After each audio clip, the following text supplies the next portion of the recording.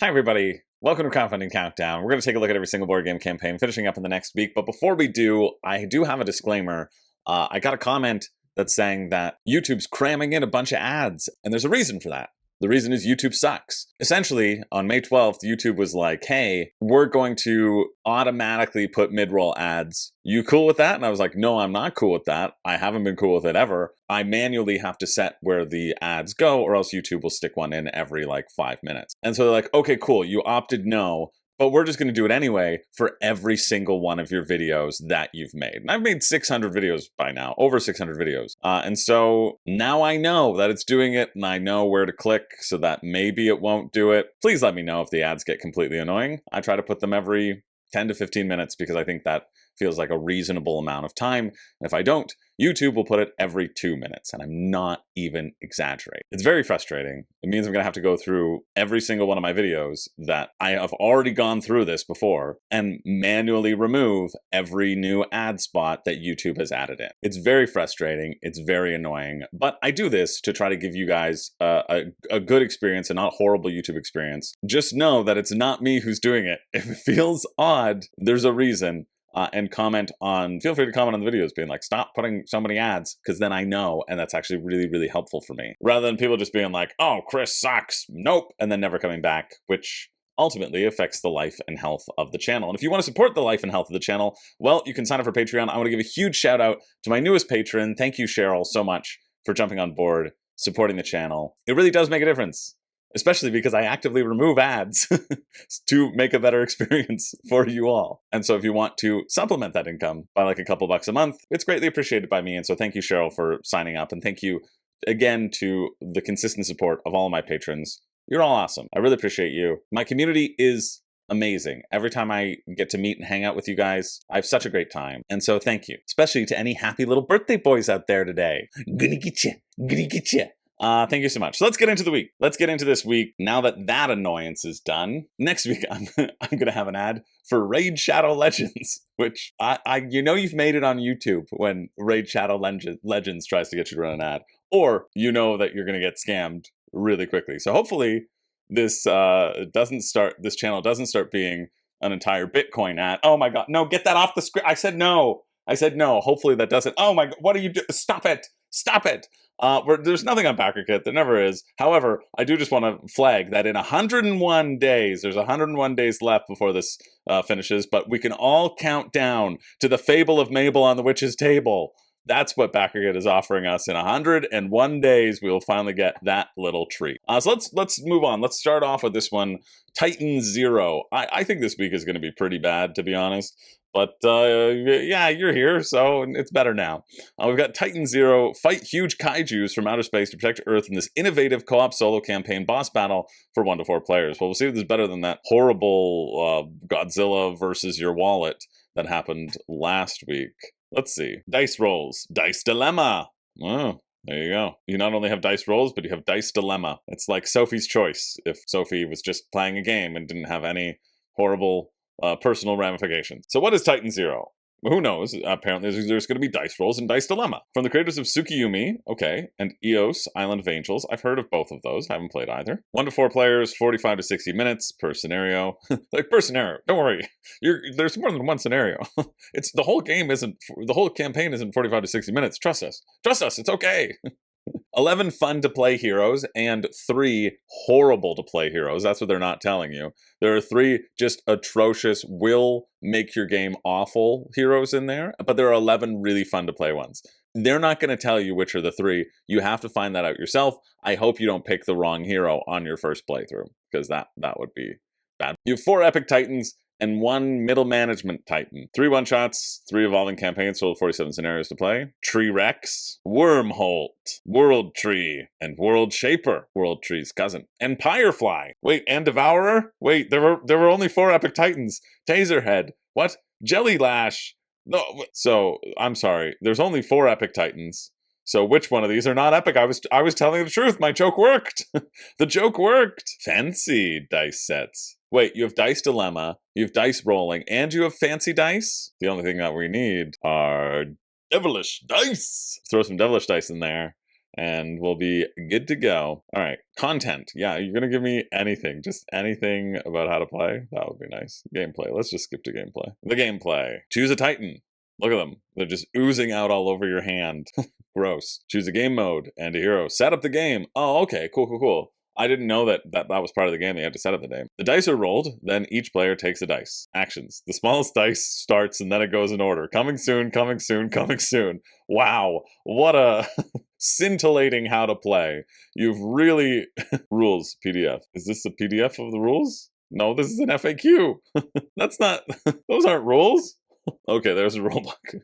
Rules. Go to the FAQ. You'll figure it out. Okay, this seems like it should be very simple. There's only 8 pages. Goal. Titan has suffered 6 wounds. All action cards are flipped to their wounded side. Okay, so it has a bunch of action cards and won't be able to use it depending. That's potentially interesting. The Titan wins of all 12 zones are devastated. Just devastated. Like my normal state of being. A total of 5 catastrophe icons are visible, or 3 heroes have died. The round. Roll your dice. One of you rolls all the dice and assign the dice to the matching Titan action card. 1 to 1, 2 to 2, etc. Multiple dice can be assigned to the same action card.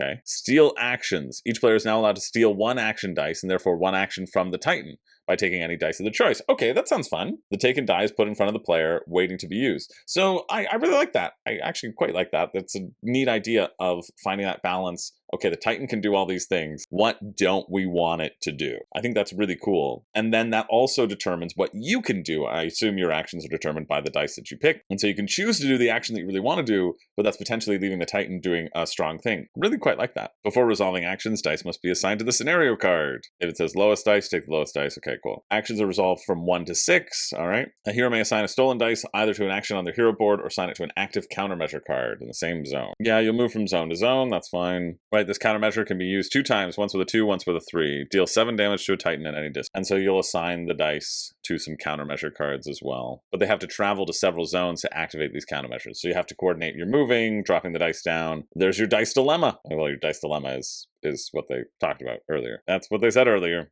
Yeah, I think there's potential here. Definitely potential. What's the all-in? So the all-in gets you a bunch of play mats and whatever. That's €89. What's the cheapest pledge? That's the one I want. Well, if you want a Taserhead Tantrum, the World Shaper pledge is €49. So it's 78 Canadian. Oh, here's some more interesting things. Shipping is 30 to Canada. Oof. 13 to the US. So it'd be about 65 to get it to you in the US. For me, even the base pledge would be, 110. Not really interested for that much. You know what I need to start doing? Because I saw in my Discord people were talking, and oh yeah, I gotta call the end vote. Well, we can let that go for a little bit longer. People in my Discord were talking, and they were like, the people who have a problem, the archivists in there, Faithbreaker, we're talking. So they're saying whenever Chris says, "Oh yeah, it seems good, but too expensive for me," that means I should get it. That's not what that means. That's not what that means. Games are inherently good. You should only get the games that make you want to dance in the streets while sprinkling glitter all over yourself, okay? And that's not what it means. So now I'm going to have to assign what I think the score would be on this, and you don't get to get anything that's not a 4.5. And I'm not going to throw those out willy-nilly. No siree. This, 3.5.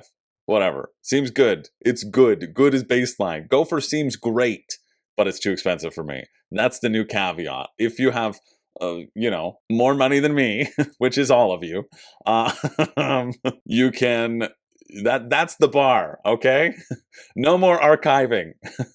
I'm taking it away from you. Yeah, watch what you say. That finishes, so it seems fine. Oh, that's what I'll say. I'll say it seems fine. Seems fine, good enough. 3.5. Who knows? Don't get it. That finishes on June 3rd at 4 p.m. That's tomorrow. All right, we're moving along. No, it's a role-playing game. Great. Didn't have to click on that. We're moving along to this one because it's almost hit its goal. It's got 4 days. It's got 2 days from when this video drops. This is the Brightview Haunting. Save your friends as exorcists or possess all as the Whisperer in this 1 versus many horror cooperative board game. Well, yes, we are looking at it so that I can be the Whisperer. The Whisperer has arrived. The Whisperer is here. The Whisperer is ready to take all of your everything, possessing all. I got distracted by the video, but the Whisperer will be back, don't you worry.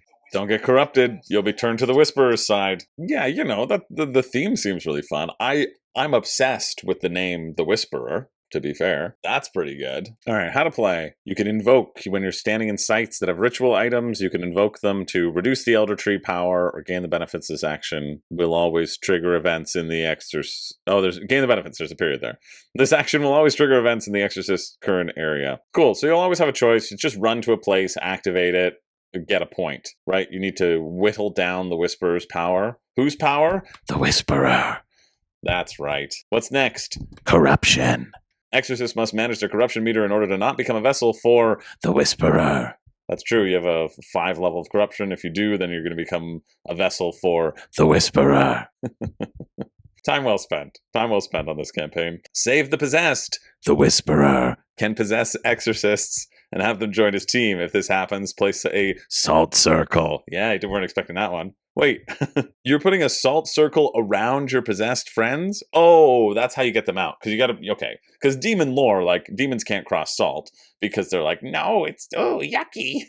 We don't like our food with salt. They're just bland. No pretzel crust for them. But you use the salt to entrap the demon to get the Whisperer out of your friends. Okay, that makes sense. Sorry, to get who out of your friends? The Whisperer. Yeah, you knew it. Gather, what do you have to do, the Whisperer? Let me know. Gather echoes to fuel your power, reveal gateways to traverse the map easier, and corrupt exorcists to possess them all. Read the rule book, the haunting rule book. Yes, the Whisperer. Okay. So what I'm mostly looking for here, like the theming seems fun, right? How do you move? How is that interesting? It seems kind of like a pick up and deliver game, which isn't always high up on my list of things that I get actively excited for. Look at those scrappy kids. You think they're going to beat the Whisperer? I mean, come on. No. Open and shut case. You're not an exorcist. You're a teenager. So any anime protagonist? Yeah, okay. I'm back on board. So yeah, different terrain, 4 different groups. There's blocked terrain, blocked site. Whisperer can move through walls, but only once they gain 1 control. That's sweet. So you can be chasing people through. Action 1, move. You can move up to 5 spaces. You can choose 2 different actions on your turn. So you can move, you can search, while adjacent to a space containing a search token. You might get a ritual or corrupt or rewarding item symbol, a bunch of different things. A ritual item, you place it on the ritual board, or you can use an item. You can play an item and resolve its effect. Those are the 3 things you can do. And there are a bunch of different items that you can do. Events are drawn and resolved whenever a corrupt item is played, or when the invoke action is used by any exorcist. Well, I guess we've got another action to look at, don't we?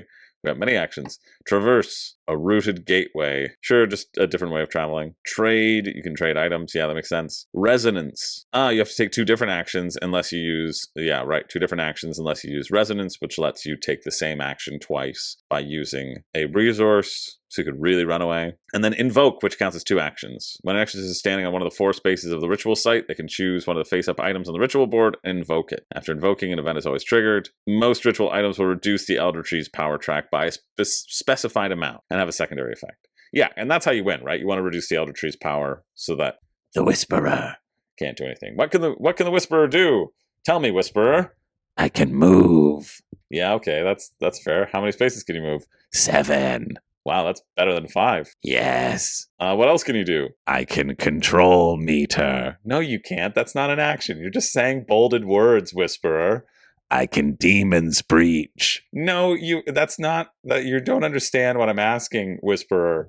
Tell me what else you can do. Demon's dominion. Stop. You're not making this helpful, Whisperer, for anybody. There's nobody no one's helpful here. I can track. See, there you go. You can move any number of spaces in a straight line with track. They can't track through blocked terrain, salt lines, and salt circles. All right, what else can you do, Whisperer? Absorb. Yeah, see, now you're on track. I can echo. No, you're absorbing the echoes, Whisperer. Stop, you're confusing everybody. So essentially, echoes are just the same as like items, but they're just items for the Whisperer. I can rooted gateways. Okay, you need to stop, but it's true. You can use those better than the exorcists. I can demon harvest. Yeah, okay. Whisperer, you're not helping anyone. I can pulse. Okay, you can pulse. You can pulse. You emit your absorbed echoes in a powerful wave. They can increase all exorcist corruption or move any 2 exorcists 6 spaces toward them. So you can manipulate the board. I can disperse. Okay, yeah, you can do that. You're right. Moving salt lines. Again, so everybody's trying to add to I can ensnare. Okay, you cut me off mid-sentence, Whisperer, and I don't appreciate it. I can possess. You're moving too quickly. You're basically going to be adding to the board and then manipulating the board. Both parties will be doing that. Run around catching people. Action efficiency. Sure. How much are you? Seems good. Don't you dare. 37 bucks US. 51 Canadian. What's the shipping like? Shipping to the US is 17, shipping to Canada is 19. That feels really reasonable because they're just doing standees, right? I mean, still for shipping to the US, you're paying 54 bucks for this. Doesn't feel bad. You're not getting a lot of like components with it. You got your standees, you got your cards, you got your board, you got your tokens. That's it, right? But a nice bare bones, fun on the theme. I don't know if I can divest myself from my love of the Whisperer, to be fair. I love you too. Oh, thanks. I really appreciate that. But I think this should be funding. I don't know why this isn't funding. I do think this should be funding. Maybe the graphic design might feel dated and people might think that it's a dated mechanically, but really it's action efficiency. It's running away from the Whisperer. It's trying to gather, searching through a deck, getting those random items. About as interesting a romp as Zombicide without chucking a whole bunch of dice. Yeah.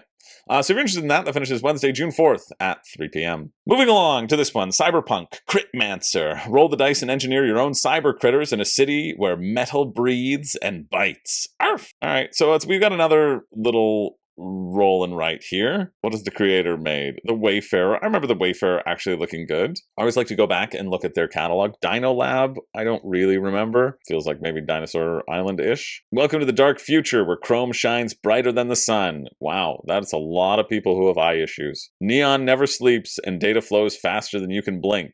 Wow. You better catch up. You're a Crittmancer, part engineer, part artist. All genius, baby. Yeah, that's what I tell people. That's what's on my profiles. Part engineer, part artist, all genius. Roll and write game for 1 to an unlimited amount of players. You get a sheet, you get 3 blueprints for €3. And what do? You roll 3 dice, you assign 2 dice to the different modules, and the third dice is a special tweak die to add or subtract 1 from a number you've already written into modules, which, okay, you then cross them out on your person's thing. So very simple roll and write. If you like That's So Clever, or Ganshan Clever, or Twice as Clever, or Triple, or Clever Cubed, or Clever times 17, well, maybe you can look at this. Seems fine, and it's €3 for a print and play. So that finishes Wednesday, June 4th. If you're interested, let's keep on moving to this one, which you know I only picked because of the tagline. It's called Sportsball, a pocket game of furry sports. And I don't think that word means what you think it means in this context. Of a pocket game inspired by volleyball, handball, and dodgeball. I don't think those are the furry sports that people keep sliding into my DMs about. Self-contained in a tin, ready for 2 players to pick up and dive in. See, that's more the furry sports that exists. I don't know, it's micro-may. So many ball games. See, now we're getting closer. I'm a furry artist. I've never heard of a furry artist before, but I would also have to say that they are part engineer and all genius. This is good, because I could keep this in my pocket and I could say, hey, you want to play a little furry game with me? A nice 2-player furry game? I've got it right here in my pocket, just reach in, and we can get started. So, there is that benefit. It even includes my tagline about the dice. They're gonna be so tiny. All these furries have their own stats, and you can collect these things. Yeah, okay, but what are any rules? It says you can pass the ball to the net, like you can be in control of things, but you don't actually tell me like the actual things that you're doing. An accurate pass could score a goal, a quick point, but a hard pass could stun the receiving player, so act with caution. Doesn't tell you how you do these passes. Just says you can collect all the furries to your heart's desire. We're gonna move on.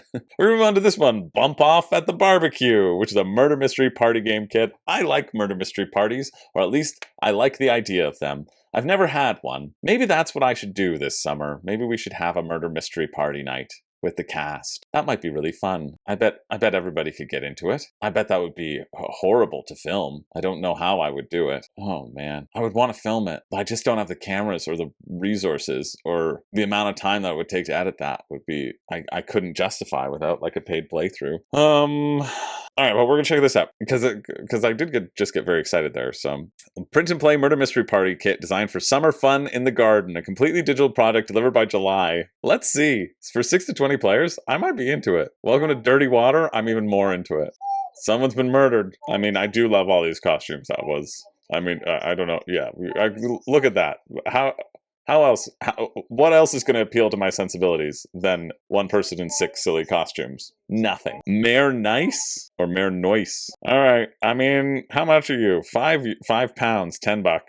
Just grab our summer themed digital escape. Oh, digital escape game. No. I want the, no, you'll never invite more than 12 guests? Yeah, grab our small group flexi pack. £20. What are you doing to me, murder mystery party? It's a print and play. I would do this for friggin' $15. This is a party kit. Played with friends in 1 to 2 hours, with or without a meal. There is a plot to solve. Guests get a given character to dress up before they arrive. Once they get to the party, they get given the rest of the information. The killer's prearranged, though not even they know it's them until the end. So they're solving their own murder? 18 years of developing this style of game. Yeah. Here's the real kicker. What are the cast's name? That makes or break a murder mystery party, in my opinion.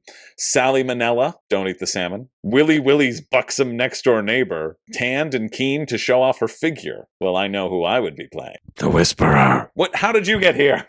No. Sally Manella. Sydney Opera House. Well, I guess okay, fair. It's an Australian thing. You get a point. You get a mid. It's not we got one up. A mid. Melbourne. That's a thumbs down.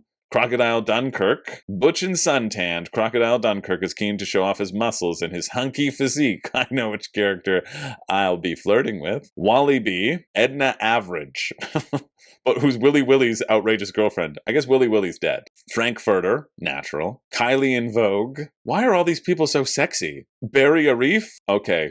Barry Arif is good. Tasman Devil. Tasmanian Devil. Tasman looks completely out of place at Willy Willy's barbecue. Yeah, you're like, hey, here, let's ostracize somebody. Mayonnaise. Oh, it's not Mayor Nice, it's Mayonnaise. I like that better. I do like Mayor Nice, though.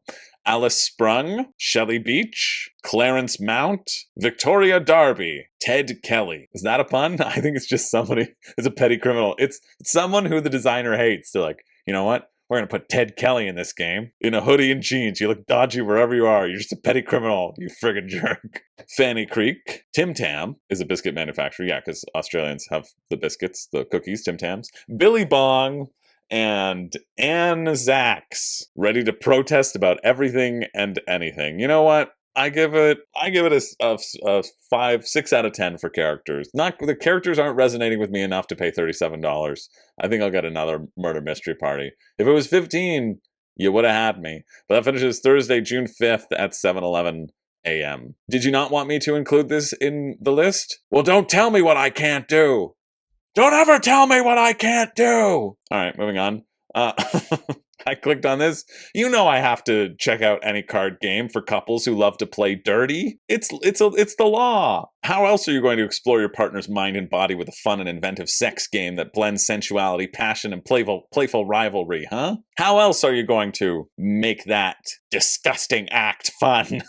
I don't know. I'm just hoping for a good video here. And it's already delivered. I don't know if this is AI, but I hope it is. They hate each other. They needed to be a different couple. This is a stock photo, not actually me. So, okay, I'm sorry. I gotta come for you. Well, not in that way. Katarina. I've completely thrown myself off. Which happens, okay? Sometimes you get thrown off. She said in her video that, yeah, some board games can be fun, but I couldn't stop being so horny. I'm like, you know what? You know what's more fun sometimes? A good game of Darwin's Journey, okay? You're not selling me on this. You're not selling the true board game enthusiasts here. This is your market, okay? You're not going to get us on side if you insult board gaming right out the bat, Katarina. All right. It promotes exciting conversation. Oh, it's the coupon game. It says to start, you make it up yourself. This is what you can win. I clean the bathroom. What a horrid, antiquated coupon. Just clean the bathroom. Just do it. I would be happy to clean a bathroom. Oh my God, they're gonna murder someone? They're gonna decapitate someone here? What? This cannot be held up in court.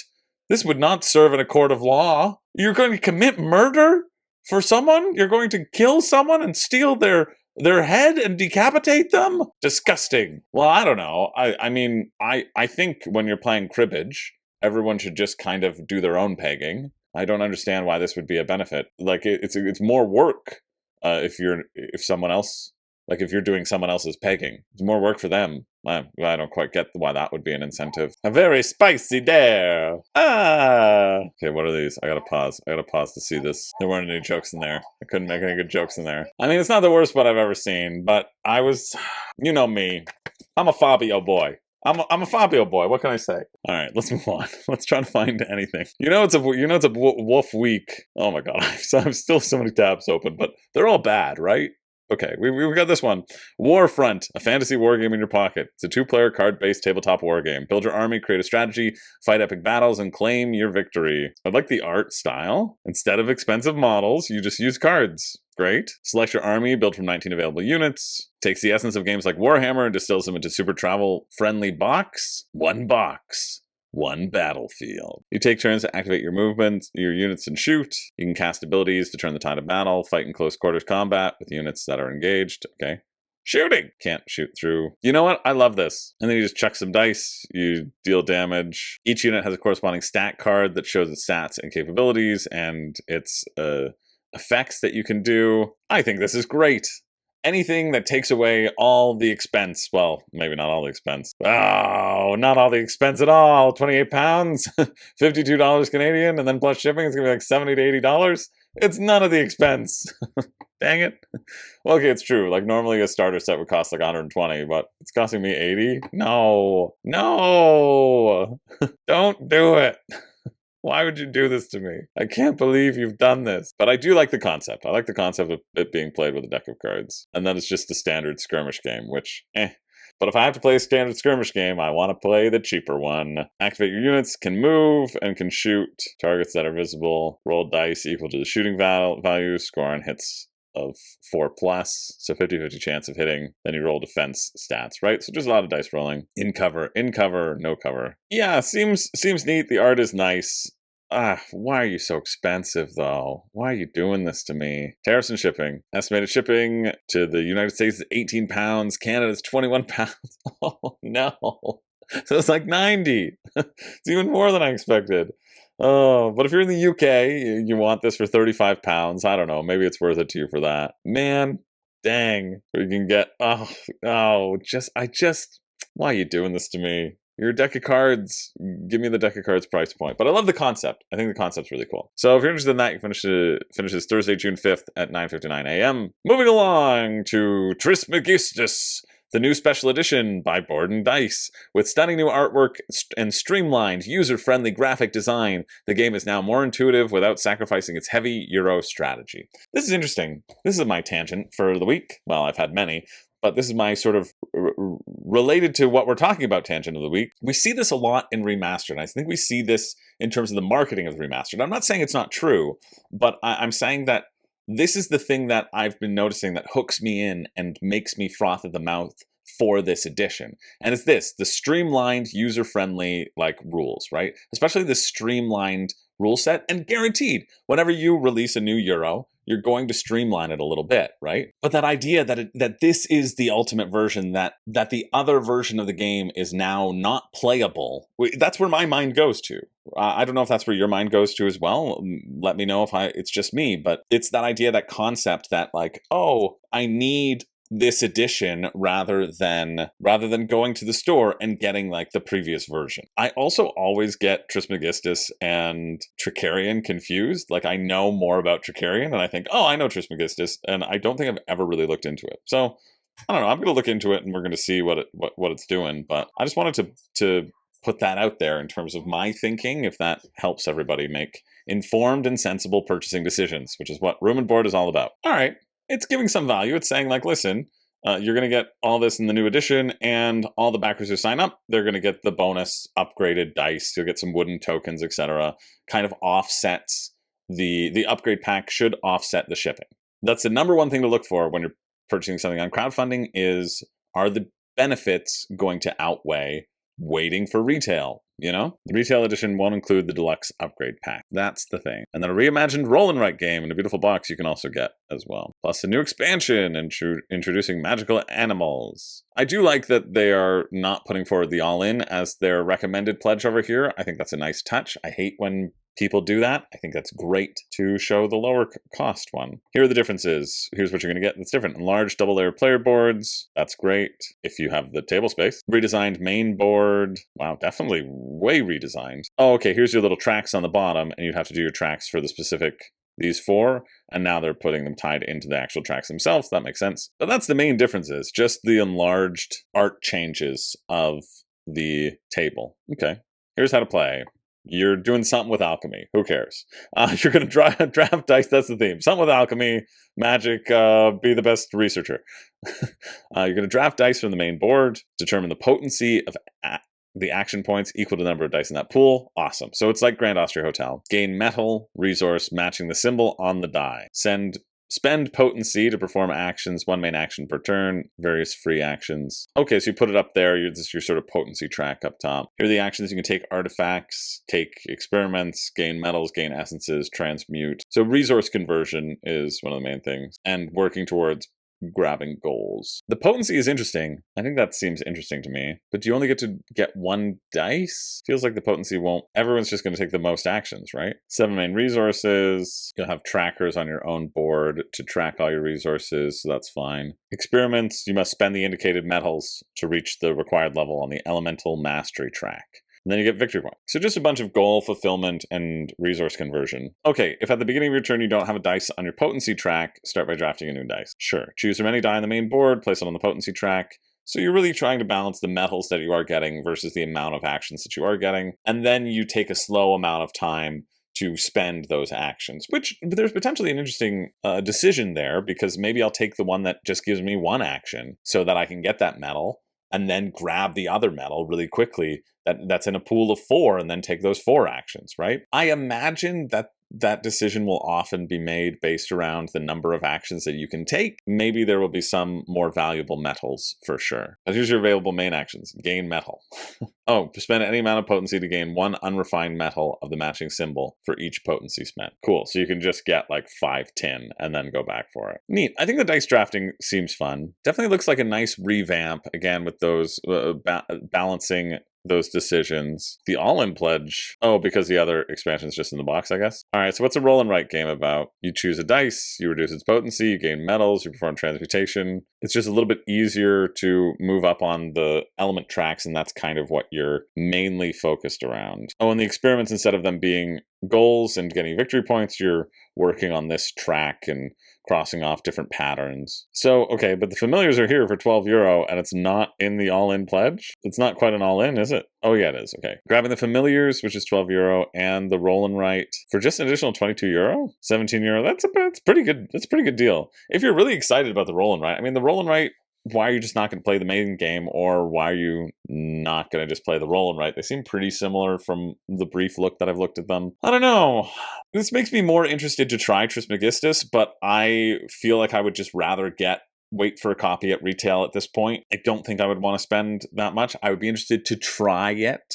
I don't think you need to purchase it right out of the gate for those of you who want to pull the trigger. I think the dice potency puzzle seems like it could be interesting, could be fun. But shipping, 23 to the US, 19 to Canada, right? I'm not going to pay $140 for a non-Lacerda Euro or non-Galactic Cruise, you know what I mean? I think it seems good, but there are a lot of good Euros out there. So if you're interested, that finishes at 10 a.m. on the 5th. It does look like a really nice production of it. I have to say the updates do look nice, and the upgrade pack seems like a nice addition as well. So yeah, not too bad. Next up, we've got Mighty Shot, the ultimate blend of tactics and dexterity in a MOBA-inspired board game. Sure, let's see. This seems interesting. Essentially, you're going to have two sides of a battlefield. You're facing off against your opponent. You want to run forward as much as you can to steal as much arcana and points, essentially controlling the center of the field, it looks like. And when you have to do an attack, you shoot your opponent on your own little board. You shoot forward to this little curling ring, which I like to see, and your opponent might be able to put blockers down, which will at least give you something to shoot around, which was going to be my number one complaint. It's like, well, you just do the same thing over and over.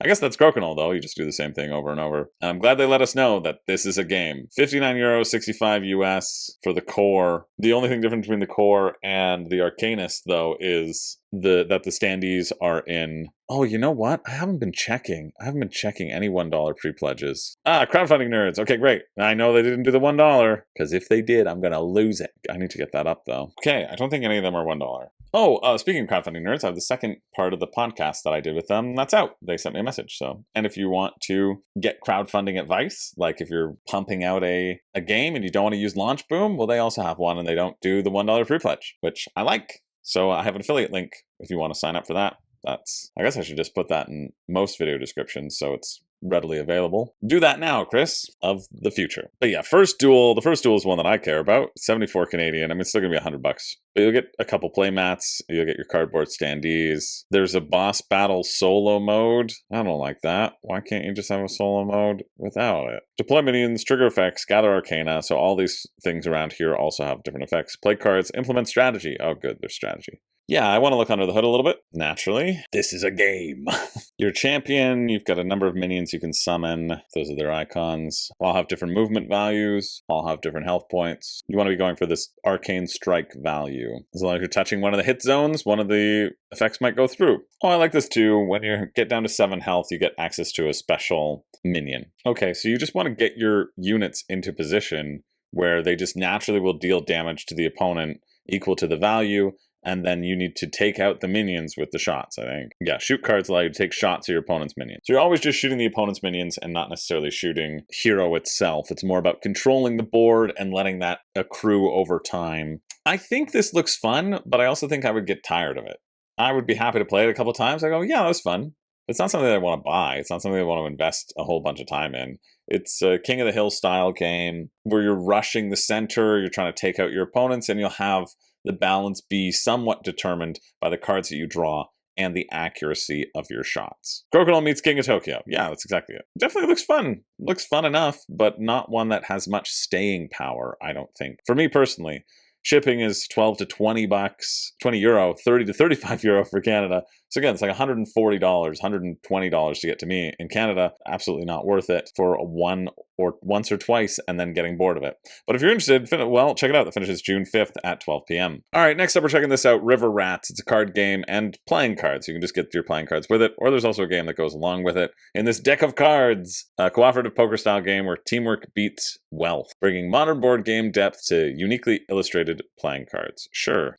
All right, so you're assembling poker hands where you'll have unique abilities to swap cards in and out of your own collective poker hands that you can beat the house. Defeat both river rats by ensuring each accumulates 5 debt before you collectively gain 5 debt. Step 1, always fill your hand up to 3 cards. You make the strongest 5-card hand, place a card in the collective hand to make the winning poker hand. Yeah, like we were saying. You can then take a strategic action to set up the crew for the win. Spades allows for discarding, diamonds for swapping. With a club, you can add a card to the market, and hearts lets you increase the stakes. After the collective hand shows 5 cards, you show down and you assign debt. And it's 15 euro, 17 bucks. How to play. Download the rulebook. I imagine just knowing the rulebook means you don't have to purchase this deck of cards, but if you like it and you like the vibe of the game, it's, 17 bucks for a deck of cards. Each player chooses an ace, places in front of them representing their character with a unique player power. So I imagine that unique player power is the swapping. Can you communicate with each other? Probably not. Oh no, you can. Those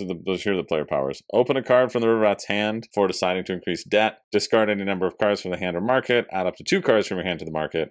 Choose to swap a card for the market instead. Okay.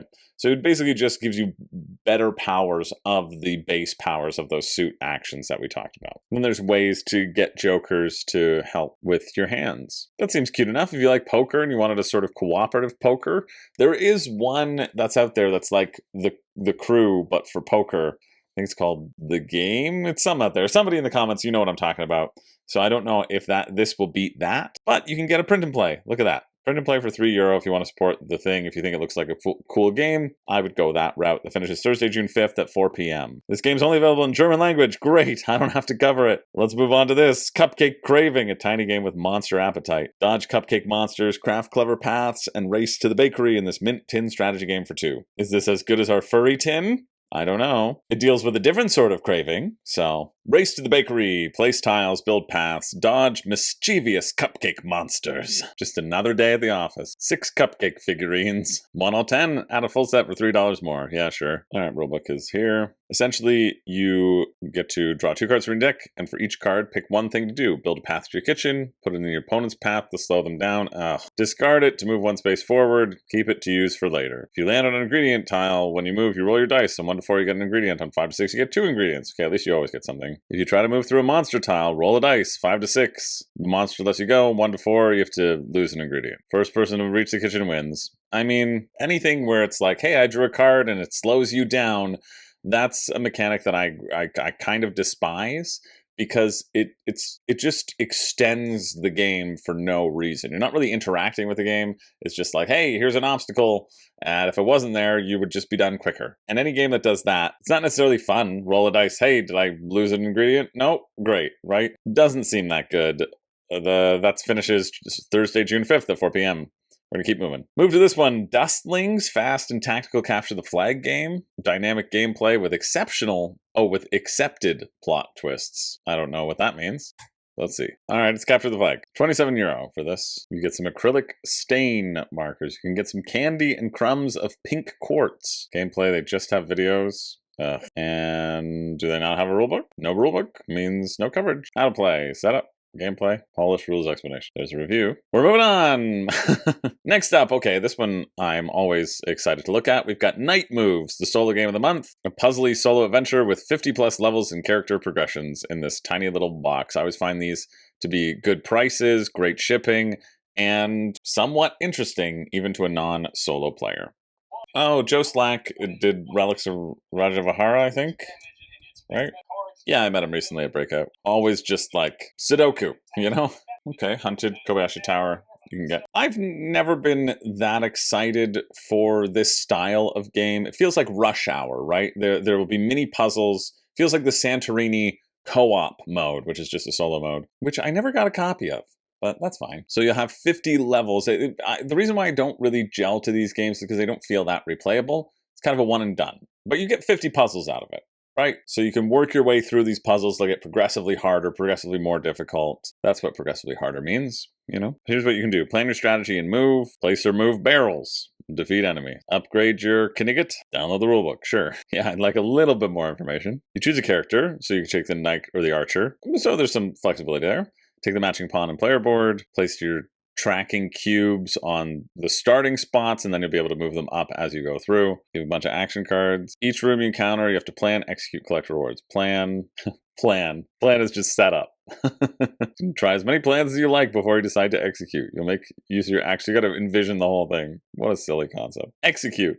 You will carry out the plan you wish to take. So plan is like, hey, just figure out the puzzle, and then execute's like, hey, you did the right one. You did the right thing. Oh, so silly. Collect rewards. Just take each action once. There's a limited amount of actions that you can do. You can take each action once. You have 5 moves to complete every puzzle. Sure. All right. That's all I need to know. You have 5 actions. 5 actions to solve the puzzle, to defeat all the baddies, to move where you need to go. Shipping stays consistent. $5 to the US, $6 to Canada, depending upon tariffs. All in all, $40-ish Canadian for this solo game of the month for me. $30 for you if you're in the US. This one I'm underwhelmed with, but it's just because I don't like this style of game, really. to be fair. That finishes on the 6th at 1 a.m. Let's keep it moving to this one. I clicked on this. There's some wooden accessories for some dice games.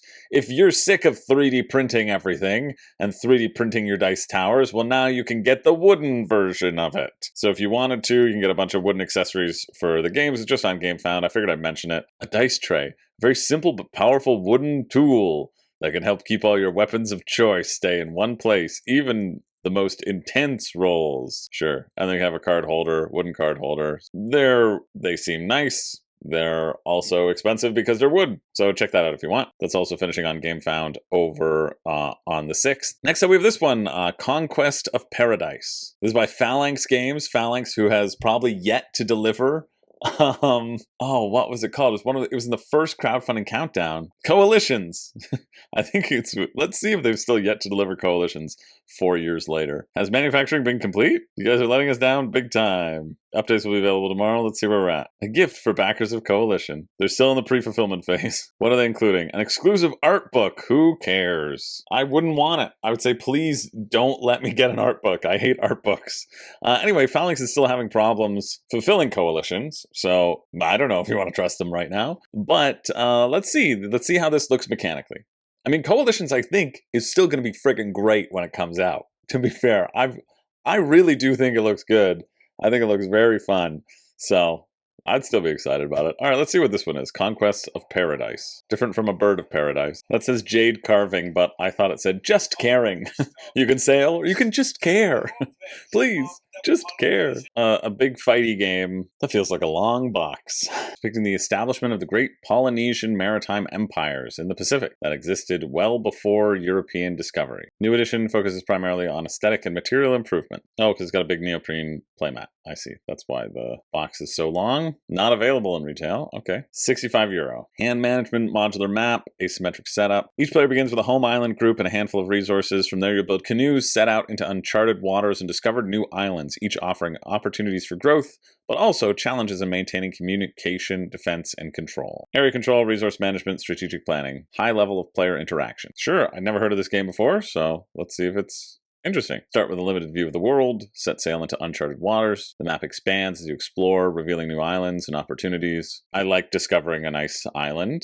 Yeah. Claiming and holding island groups is essential, far from static. As players expand, contest territories, and establish networks of communication, control shifts constantly. Cool, the last player decides who goes first, which direction the game proceeds. I like that. Very simple way of balancing turn structure in a competitive, conflict-oriented game. Dice-driven battles. Use building points generated by your villages to construct new units. Okay, so just resource 4X style. As the first person to a certain number of points based upon the player count. Yeah, seems interesting. All right, so you have one piece that can explore the land and will slowly build out the fog of war, the islands, discovering the new islands, and then you have a bunch of other different ships that can move to those islands. But only one person can set forth your explorer. You can retract that explorer if you want to use it for more building points, but that seems inefficient because you got to wait 2 turns for it to come back. Okay, so you're creating canoe chains so you can transport your ground units that way, which is different from your war canoes, which have battle strength. It's a very simple dice combat system. One player rolls the dice, and either attackers' pieces will be removed or defenders' pieces will be removed. That's it. And you can choose basically how many pieces you're putting up for the battle or how many pieces you're going to be able to retreat. You gain victory points by controlling villages, and so just controlling stuff. I say a big fat to me. Kind of 4X-ish, but there's nothing really here that gets me excited. There's nothing really that stands out. It says it takes 10 to 15 minutes to learn. I've taken at least that long to read the rulebook and still feel like, where's the fun? Plus shipping to the US, Canada 23, UK is €14. So for me, this would be $120, $130 for this game of chits and just taking over islands. Really, I was expecting a lot more from this. It feels like a very standard battle, smashy smash type of game. Ugh, big fat meh. That finishes on the 6th at 3 p.m. Moving along to this, the Age of Steam Deluxe Expansions, Volume 5 and 6. 6 additional expansion maps for the Age of Steam Deluxe. Art graphic design by Ian O'Toole. You can get an expansion map. There's 7 new expansion maps in each one of these volumes. They're $49 each. Age of Steam is a pretty simple train game that I think I've covered before. You're going to be placing tiles down onto the board, expanding out your network, investing in different train stocks, I think. That's normally what these like 18xx style games are. And honestly, I'm stressed about time and leaving, so I think we've covered it before, and I don't think we need to cover it again. If you've never played in Age of Steam before and you're like, ooh, there are so many maps, do I need to get everything? You don't. If you don't like route building or stock manipulation, you don't really have to worry about it. I don't know, I'm kind of, like, when I remember reading through Age of Steam stuff, and I thought, yeah, sure, it's fine. I've never played it still. Am I going to rush out to play it? No. There's so many other games that I want to play more than this, but Eagle Griffin makes good stuff, so you can check it out. I would much rather play Martin Wallace's Steam Power over an Age of Steam. Simpler, gets down to the bare bones of that like route building and wish fulfillment, so to speak. So that finishes Friday, June 6th at 4 p.m. All right, next up, just quickly, we've got Chesscode.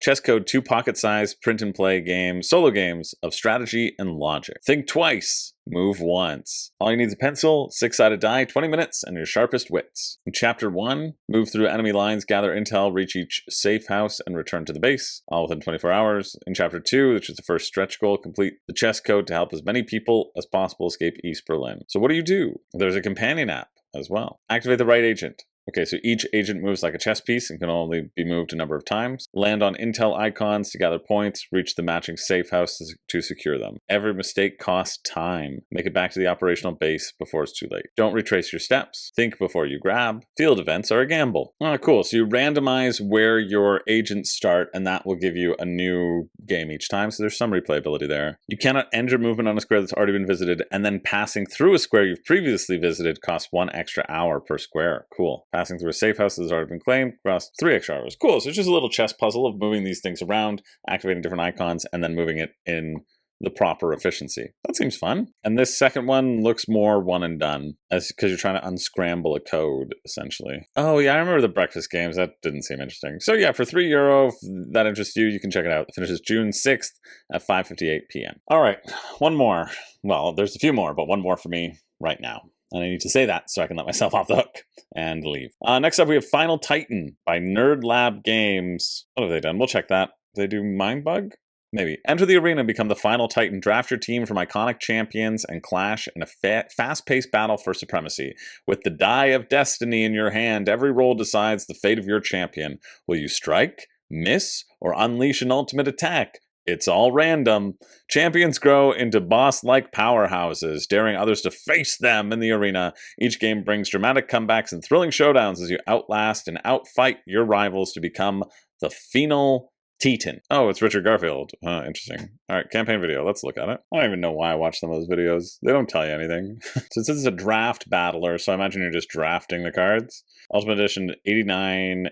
142 Canadian. Woof. Or the Challenger Edition gives you the base game, €39, 62 Canadian. Each battle is decided by rolling a die that triggers your champion's abilities, making every turn yet unpredictable yet rewarding for clever play. If you hate rolling dice, yeah. If you only like multiplayer solitaire games, yeah. If you only like Euro games, yeah. If you hate having fun with your friends, well, I do as well. I don't want them to be happy. I don't want anybody in my life to be happy. Okay, cool. So this drafting part will be fun, right? You reveal your characters, and somebody picks one and leaves 2, and everybody keeps on just pulling characters. Cool. And so you can skip. It basically kind of like no thanks, but reverse no thanks. If you don't enter the arena, you got to pay something, and whoever goes into the arena gets all the stuff. You can play upgrade cards to boost their champion, then you both reveal their cards, the mind games end, and the battle begins. But the fighting isn't over. A new challenger enters. The cycle continues. So you just keep on going over and over and over. There's the rule book. Yeah, seems pretty standard. Seems pretty simple to me. You draft a team of Titans, you put them into battle, you roll dice and hope that they stick around, you know? And in that drafting phase, you'll see that this person is weaker to that person, this thing might counteract that team, etc., etc. You're trying to play out and then base around the possibilities or the probabilities and then see how it all plays out. Yeah, seems a bit zany and fun and quick rolling. Your winning champion keeps all its tokens so you can snowball. We wanted there to be skill in the game, but we really wanted was for it to be fun and exciting to watch and participate in. 106 champion cards in the Challenger Edition, or we do the Titan Edition where you're going to get 100 champion cards. Oh, 15 champion cards, 15 champion cards. So you're only getting additional 30 champions if you really get this larger Titan Edition pledge. I think that's not the play. I think the play is just the base version. I think people are being suckered in by these dice trays, right? Ooh, the Game Found promo pack, which you're getting anyway. And the dice tray. Who cares? Components. Bigger box. Oh, it's the exclusive dark version. Perfect fit storage trays. 5 dice instead of 2. Whoopity-doo. 135 oversized champion cards. You just get everything bigger if you're going for this Ultimate Edition. I think this Challenger Edition seems completely fine. I think this is the play for sure. I mean, there's a Mindbug expansion, so clearly they did Mindbug. Germany shipping is €7. Canada is €25. USA is 18 euro. UK 15. EU 12. So for me, again, this puts it at $100. I would rather play Mindbug. Like, Mindbug is what, $20, $30? And I think you're going to get a similar trying to suss out your opponent because you don't get to roll the dice in Mindbug. Here you're just like, let's roll and see what happens. A bit pricey for what it is, but I think it might be a fun, frenetic, definitely will hit the goals that they set forth. They want this to be a showcase. They want people to cheer on one Titan or another. And if you like rolling dice and cheering on, if you're like a Formula D fan, let's say, maybe you should check this out. That finishes on the 7th at 4 p.m. We're going to move on to this one next. Alrighty, next up we have this one, which is almost finished funding. We have Slay to Win. They have sent me so many messages to my email saying, we're on, so I'm going to cover it. We're going to see what this one is all about. I imagine it's going to be another draw cards, have random things happen to you, but we'll see. Okay, so you're smashing these two things together. So there's some variability there, kind of like Small World style. You need to score the killing blow against all the monsters, gain as many trophies as you can. Whoever has the most trophy points wins. Deal 3 action cards to each player, draw a story card to define the story for the current game, sure. Create a monster, play through the scenes described as a story card. Role-playing as much or as little as you want. Okay, but how do you fight? How do you fight? What are any mechanics? I'm sure that if you contacted me, I said, please have a rulebook on the page. No, they don't have a rulebook in their press kit. You know, I guess I never said have a rulebook on your page, but it's just common frickin' sense at this point. Rulebook will be saddle-stitched. Ooh, okay, I can't wait. Where is it? Oh, there's a rulebooklet. Okay, cool. Where is it? Where's the Control F? Rules. How much is this video not going to tell me how to play it? Let's see. Okay, so basically whenever you have to do a trait check, you flip a card and you see, so it's like Gloomhaven's flipping, you just don't have a dice, you have a deck of cards to flip to see if you make the check or not. I like the potential of comboing, you know, smashing those things together. It worked for Small World. How much are you? $15 for the print and play, 25 for the physical copy. That's 35 Canadian, and then shipping again puts it up to like 55 for me. 25 US. Yeah, okay, sorry. Puts it up to $70 for me. Where in no world should anyone ever spend that amount of money on this game. I don't know. It's what does it do differently? The Small World thing, I guess, for some randomization. It's a quick little card game. You can RPG as much as you want, or roleplay as much as you want, I should say. I don't know what to tell you. It looks fine. Actually, it doesn't. If I'm being completely honest, it looks like every other card game I see on Kickstarter. They come from a bunch of RPG background. Okay, so big RPG background. And they're giving a small system where you don't need to create your RPG character. It can be used as a card game. Sure. I think the hitting the final blow on the enemy mechanic is not ever really that exciting, especially when you're just, okay, I make a stat check, now you make a stat check, now you make a stat check, now you make a stat check. Where's the game there, right? Where's the fun? Where's the interest? Certainly I don't have any, but that finishes Friday, June 6th at 8 p.m. We're going to move on to this one again, which is probably going to be horrible. We got Driving Me Crazy. I take it back with a name like that. Why do you need enemies? Frustrate friends and family as you strive to reach your destination before all others. Cards can help or hinder. It's up to you. Oh, the ultimate road trip card game. I imagine you just draw cards and you play them and you say, you slow down. No, you slow down. No, I'm driving. You drive me crazy and it's alright. Baby, pick me up again. I'm feeling so fine. And I'm a lady. Bug on the windshield. Okay, race against your friends. Race your friends into a ditch. Or action cards to block your friends or help yourself. Wow, zany. Use distance cards to reach the destination. Each turn you play a card or you discard a card. Wow. Don't let them drive you crazy. I think absurdity straight from the creator. And it was just him saying, you drive me crazy. Oh. I think I know where the pitch meeting for this game existed. It's that someone said, You drive me crazy. And someone said, wow, let's make that a game. And that was it. That was it. People will slow you down and play cards on you. Deal 4 cards, play a card, or discard as many cards as you want. Travel 1,000 kilometers. Just, what is it going to be? €23, 36 Canadian. Again, that's around the average cost for one of these games. Why you would spend that?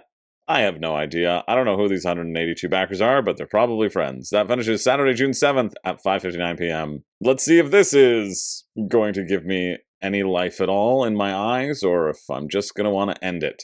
Masters to Mythics, Behind the Magic, a lightweight puzzly game for 1 to 6 players, includes access to an exclusive website with tutorials on hundreds of real magic tricks. Okay, I'm friends with magicians, so, you know. Do you want to see a magic trick? The Whisperer, you're back again.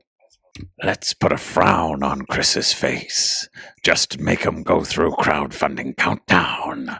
Yeah, that's the greatest trick the devil ever pulled, was Chris deciding to cover everything on crowdfunding. That was the sloppiest double card I've ever seen. You just gave that completely away. Like, that was one of the sloppiest things I've ever seen. Look at this. Look at this as it's happening. It's a 5. Is it? No, it's a 10. That was my favorite trick. So it's like, listen, you can earn your way as a professional magician. You can earn the cost back, okay? Buy our game. I haven't told you what the game does. You're just making symbols. Okay, I guess everybody has these discs, and then you're rearranging them to get them in a particular order. Is it a speed game? Nobody knows. That's the magic of it all. Magic, magic, magic. Michael the Magic, magic, magic. What are you? Base game is $59. Behind the magic, magic, magic. What sort of trick is that? That's a horrible trick. We know that they're folded. Simultaneous play. Okay, so you have to be just sliding everything. Move, swap, and flip your way to victory. Reveal 2 master cards that all players utilize to manipulate their grid of chips with such actions as move, swap. Okay, you can swap, move, or flip. And you can only use those to make the patterns. Why am I even looking at this? I mean, as far as like slide puzzles, the game go, sure, I like that. But don't worry, everyone's a winner, except for you who purchased this game. It looks enormously horrible. And if you want to learn magic, go get a magic course instead of this. That finishes Saturday, June 7th at 11 p.m. I should have just pushed through this. Okay, to be fair, I needed to let you all know that there was a succubus in my teacup, okay? Whenever I go through the all the games and all the tabs and all the Kickstarter stuff, you see so many of these STLs, and I've shared them before, and I just clicked on this because it was the least booby, and potentially, I like the title. That's it. But after those 3, I have no room. I have no capacity for getting excited about this stupid joke and this stupid saying, and that's just where we are. So we're going to keep on moving to something, oh boy, that has 103 backers. I know it's going to be great. Ultimatum, a thrilling new cooperative strategy board. What a finish. It's worse when you come back to it. Like, I took a day in between. I was like, okay, I got to make sure I have enough time to devote to make sure give all these campaigns the attention that they're due. And then you get this, you get boom, boom, boom, boom. Oh my God.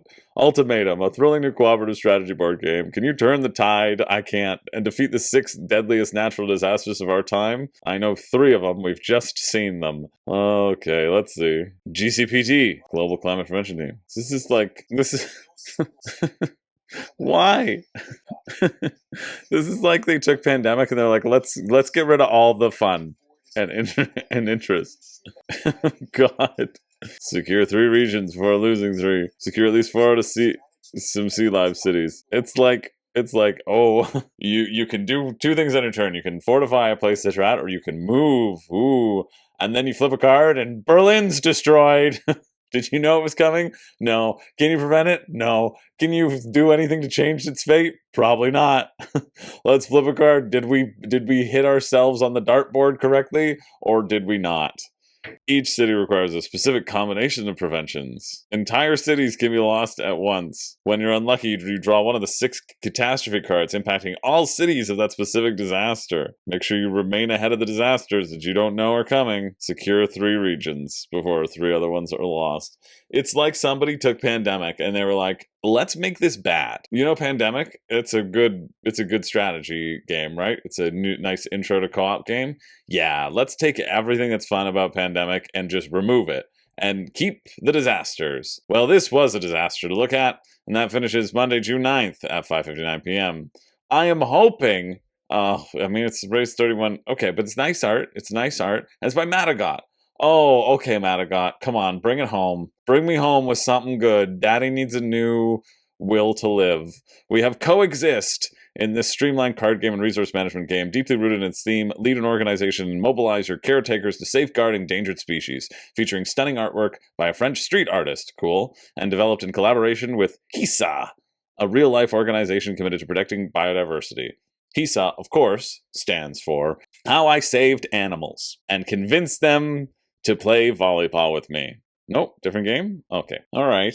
There's some potential here. You're going to be drafting animals. You want to fulfill those animals' requirements, and then you score points for them. But if you can't fulfill their requirements, then you've got to send them to another zoo or an endangered wildlife area, and then you get some resources, I think. Wow. They say MSRP is €70, and they're putting it at €30? That's the biggest slash I've ever seen. Will it ever be €70? Probably not. But does it feel like a good deal? Yes. Because the deluxe version features premium components that won't be in retail. So it could be $1 million because you're never going to see this price tag. And then you'll see a retail version, which will have cardboard components instead of wooden components. But you can play 5 players, which for a game like this, that is a benefit. As this little filler drafting game. Oh, cool. This can be €30. The pledge level includes a 5th player. Or if you don't want it, you can just get the deluxe core box for €20. That's good, because really you're paying just for the cards and some resources, right? That's great.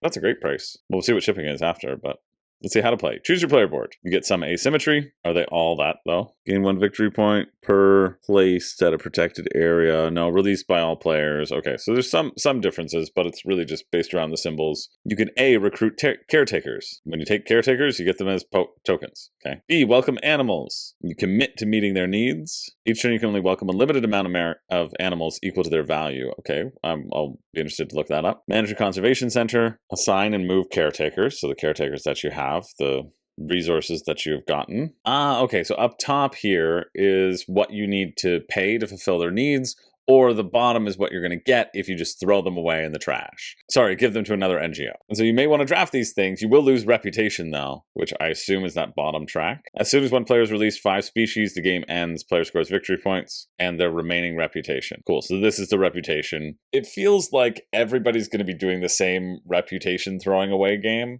but at least you can pick up some bits of workers who get turned up. It's a race, though, in efficiency, so you want to get the things that will give you a bunch of resources and then use those resources to save the other animal. I'm interested to see what the drafting ideas are like. For now, it seems fine. I just want to know how slow it is to just get single resources versus take your people, because you can draft and then you have an option of assigning and moving caretakers, releasing animals into the wild, so fulfilling an objective, or getting a bunch of resources. So I guess you lose some slight turn efficiency there. Recruit all or part of the caretakers. So it's really just if a bunch of caretakers pop up, or house 1 animal or more. The cumulative capture value must not exceed 10 points. That makes sense. Oh, you can perform all these actions in any order as many times as you want during your turn. So there's no loss of action efficiency. It's just that reputation track, which everybody is going to abuse. I can't see how you wouldn't. The flow feels like you've got to get really lucky with caretakers, and you'll want to use them specifically, but there is a way to convert them into different stuff. Yeah, I mean, you know what? I think it looks okay. I think it looks okay, but it is the price itself, 32 Canadian, that feels very reasonable for crowdfunding. Now, we still have to factor into shipping, which is 19 or 18 to get to the USA, and so no longer becomes that reasonable. Puts it up to like 55 for me. Definitely feels like it would be very simple. I don't know if this is going to replace any other action efficiency style games. I think the concept of giving up points of reputation, kind of like in Lost Ruins of Arnak, where you are taking bonuses for your idols, is an interesting one. but it becomes less interesting when, just like Loster and Svarnak, you kind of have to do it. The benefits far outweigh the downsides. And when the benefits far outweigh the downsides, it's why are they even there, you know? But yeah, not bad. Thankfully, ending on a very positive note that didn't want to make me gouge my eyes out. This is a game I could actually see playing and enjoying. So if you're interested, that finishes on the 10th at 11 a.m. That is it.